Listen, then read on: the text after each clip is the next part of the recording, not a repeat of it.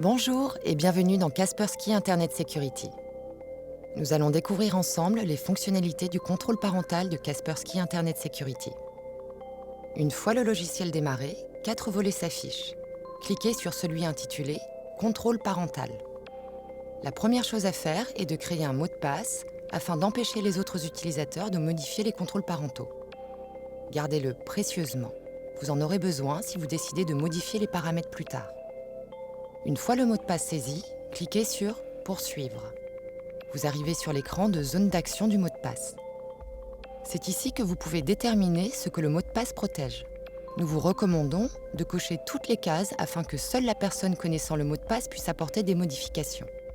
Une fois votre sélection effectuée, cliquez sur le bouton « Créer le mot de passe » pour continuer. Vous devez ensuite saisir le mot de passe que vous venez de créer et appuyer sur « Entrée ». Après cela, le volet principal du contrôle parental s'affiche. En haut à droite, vous remarquerez un curseur qui est rouge pour le moment. Vous devez le faire glisser pour qu'il passe au vert et ainsi activer le contrôle parental. Vous pouvez à présent cliquer sur le bouton « Configurer les restrictions ». Sur le côté, vous verrez une liste énumérant les catégories prises en charge par le contrôle parental. Ordinateur se trouve en haut de cette liste.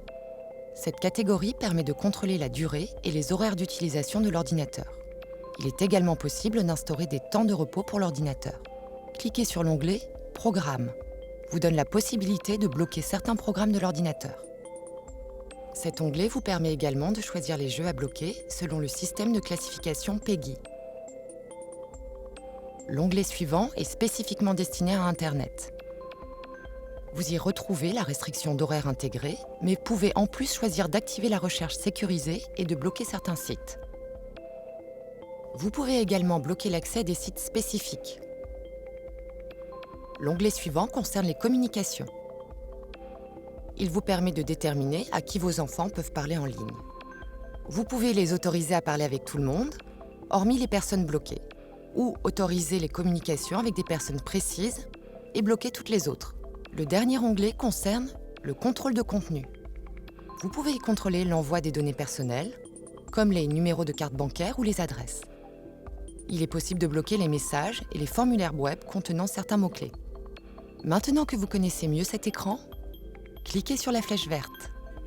Vous pouvez afficher un rapport de tout ce que nous venons de voir en cliquant sur le bouton « Consulter le rapport ». Ce tutoriel sur le contrôle parental est à présent terminé. Si vous avez besoin d'aide supplémentaire, veuillez retourner à l'accueil des tutoriels et sélectionner la vidéo qui vous intéresse.